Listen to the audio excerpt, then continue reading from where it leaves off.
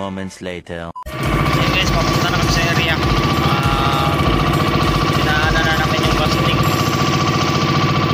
Grabe yung lamig.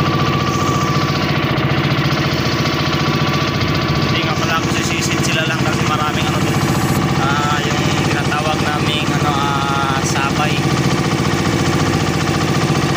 Napakakatin mo.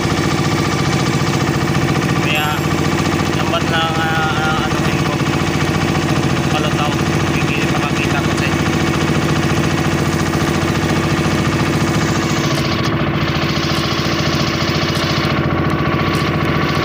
A few moments later. So yan guys, andito na kami sa area.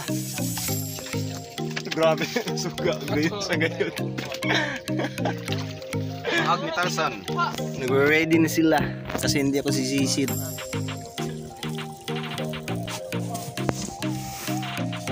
Mga gamit namin. Langoy.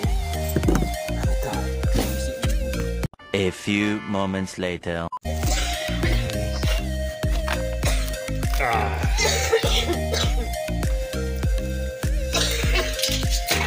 Isa na yung banagan. Ako yung banagan, kabuhi.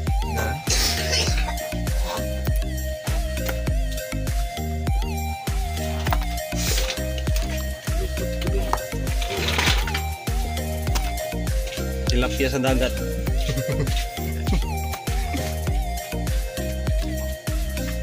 Gamay na. Gamay na mo.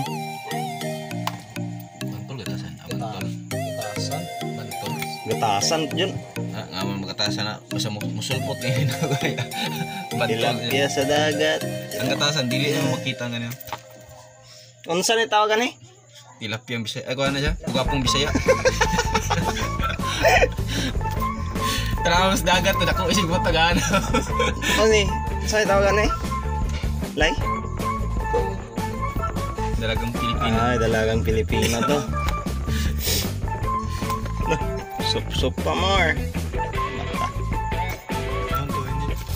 Oo. Pupot ni halos.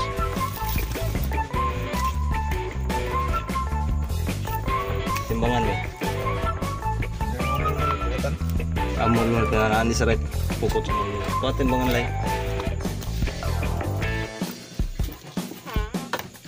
Dalagang Pilipina, yeah. Ayo. Ano yung naigo ko yung panadjula. Grabe jula. Dalagang Pilipina, yeah. Amo yung kadagko.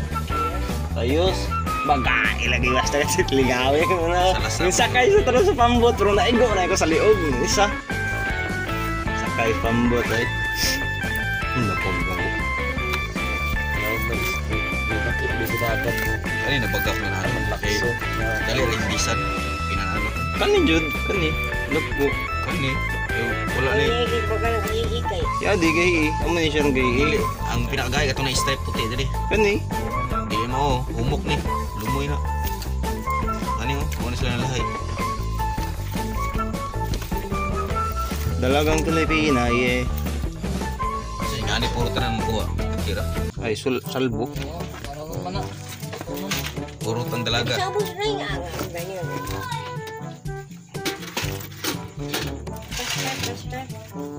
Nasun 2 kilo. Ito guys.